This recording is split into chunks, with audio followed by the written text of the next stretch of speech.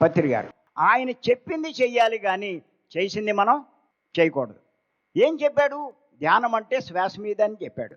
ఏం చేయించాడు? మ్యూజిక్ పెట్టి చేయించాడు. ఇప్పుడు అందరికీ ఉన్న పెద్ద సందేహం ఏంటంటే, ఇప్పుడు ఆయన చెప్పింది చెయ్యాలా, చేసింది చెయ్యాలా అంటే, ఖచ్చితంగా చెప్తున్నాను, ఆయన చెప్పిందే చెయ్యాలి కానీ చేసింది చెయ్యకూడదు. ఇది నేననడం కాదండి. నేనంటే మళ్ళీ మీరు ఒప్పుకోరు. నువ్వెవడరా చెప్పడానికంట. సాక్షాత్తు పత్రి గారే మరి ప్రకృతి వ్యాలీలో అక్కడ జరిగే యజ్ఞంలో ఆయన నోటితో చెప్పిన మాటలు ఒక్కసారి మీకు వినిపిస్తాను. నీలాగా ఉండడం నీకేం కష్టం? నువ్వు నాలాగే ఉండమాక. నేను చేసింది చేయకు, నేను చెప్పింది చేయి.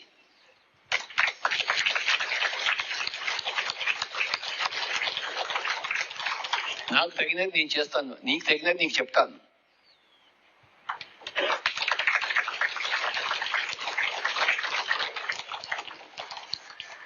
నీ స్వధర్మం ప్రకారం నీకేదనిపిస్తే నువ్వు చెయ్యి. నా స్వధర్మం ప్రకారం నాకేది అనిపిస్తుందో నేను చేస్తాను. నా బట్టి నేను, కానీ నా బట్టి నువ్వు కాదు, నీ బట్టి నేను కాదు, ఎవరి బట్టి వాళ్ళే.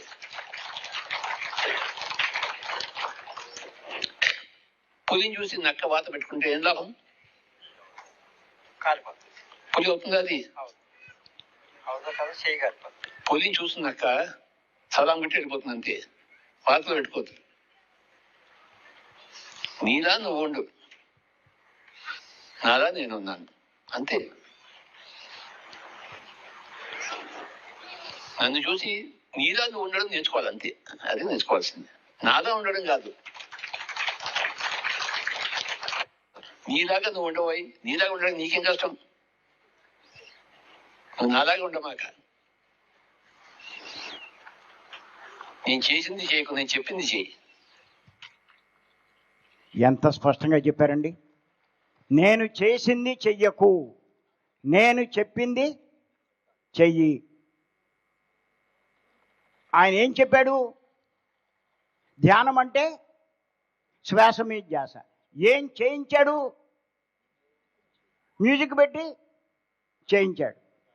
నేను చేసింది నువ్వు చెయ్యకు. నేను చేసినట్టు నువ్వెలా చేస్తావు? నువ్వు చేస్తే పులిని చూసి నక్క వాత పెట్టుకున్నట్టు ఉంటుంది అని చెప్పి అన్నాడు ఆయన.